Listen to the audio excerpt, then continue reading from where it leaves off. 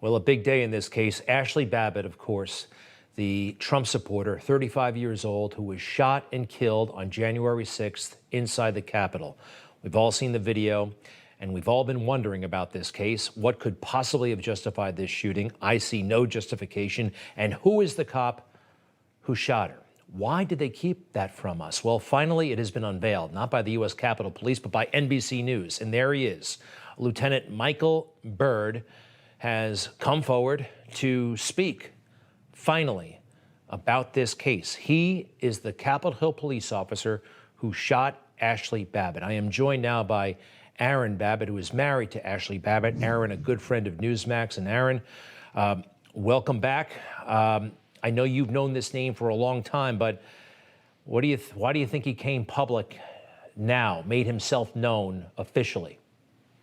I don't really know, Greg. I had my suspicions, when it first came out that it was possibly going to be a distraction from the dumpster fire going off in Afghanistan right now. But it seems like ISIS said, hold my beer on that one. I just wanted to say I, too, am a proud member of the Marine Corps, of that legacy. So like you, to lose those 11 Marines in that dock today is just tragic. And now I got to watch this interview later tonight. So we'll see if my TV survives the night. It was a tough day for Marines, and well, look, actually, if you're okay with it, we're on the East Coast. You're on the West Coast. We recorded the interview. It just happened on NBC News. We have it. We're going to hear his voice for the first time, if that's okay with you.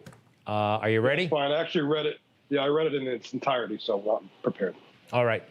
You've read the transcript, and now we're going to see and hear him, and he'll tell his story. Try to. Let's go. This is the shooter of your late wife, Ashli Babbitt, Lieutenant Michael Leroy Byrd.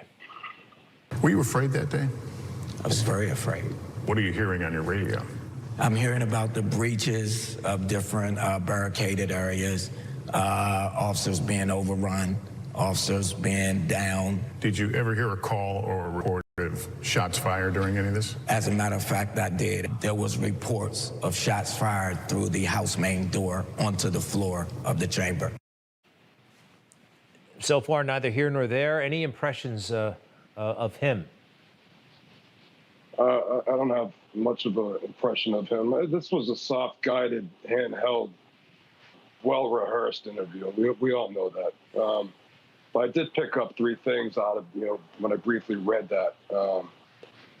One, he says that he couldn't fully see her hands, but I also didn't know what was in her backpack.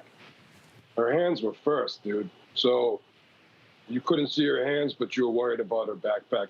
Again, he says he was screaming and yelling. His throat hurt so bad from yelling commands to stop. But he says he couldn't understand what people were saying on the other side of the door. So how would they expect to understand what you're saying if you're yelling? And then I'll take it a step further. Take your damn mask off. He's more worried about COVID than shooting my wife. If this is a life or death situation, you're about to use your firearm, take your mask off. She could have been deaf. You never know. You have no idea. At that point in time, take your mask off and voice your... Say it so you can be heard. You can't pull the trigger without issuing a warning, and I did not hear one. Listen, you've read it. Quite frankly, I have not seen the transcript. Here's more of Michael Byrd, the shooter of Ashli. I was taking a tactical stance. You're ultimately hoping that your commands will be complied with, and unfortunately, they were not. When you fired, what could you see? Where were you aiming? You're taught to aim for center mass. The subject was sideways, and I could not see her full motion of her hands or anything. So I guess her movement, caused the discharge to fall where it did. And what did you think this individual was doing at that moment? She was posing a threat. Posing a threat? How? I don't know if Lester pressed him on that. He didn't. Why would he? He said another part of it was that he had no idea what was on the other side of that door, but he still shot. If I worked with this guy, I'd be terrified to be around him. He shouldn't have a gun. And by the way, I understand that he's been losing his gun throughout his career. He may have been disciplined for that. There's more from this interview. As I said, your name has been on the internet for some time in an unofficial way. A lot of rumors, a lot of accusations, one of which is that you had some sort of political motive. You were a political operative. I do my job for Republican, for Democrat, for white, for black, red, blue, green. You're convinced, by the way, that this is the shooter, right? I mean, he talked about the internet. This is the guy. This is the guy. Yeah, that's him. All right. Says he does it for both sides. It's kind of the thing to say. Like you said, you know, it's been 7 months. He's crying. What'd you make of the tears? I was wondering if he was going to cry. All these cops, they seem to cry lately. They all cry. Yeah, in these public settings. There's something kind of, I think, made up about it.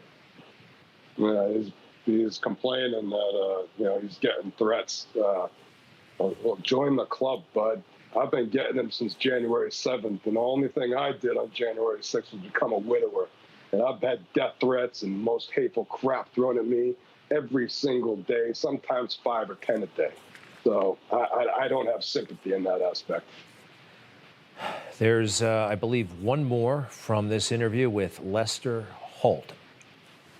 Capitol Police, in their press release after exonerating you, said your actions potentially saved members and staff from serious injury and possible death. What was it like to hear those words, to see those words? Those words meant a lot because that's exactly what I did on that day. That was my mission. That was what I prepared for. And it's rewarding and refreshing to hear that.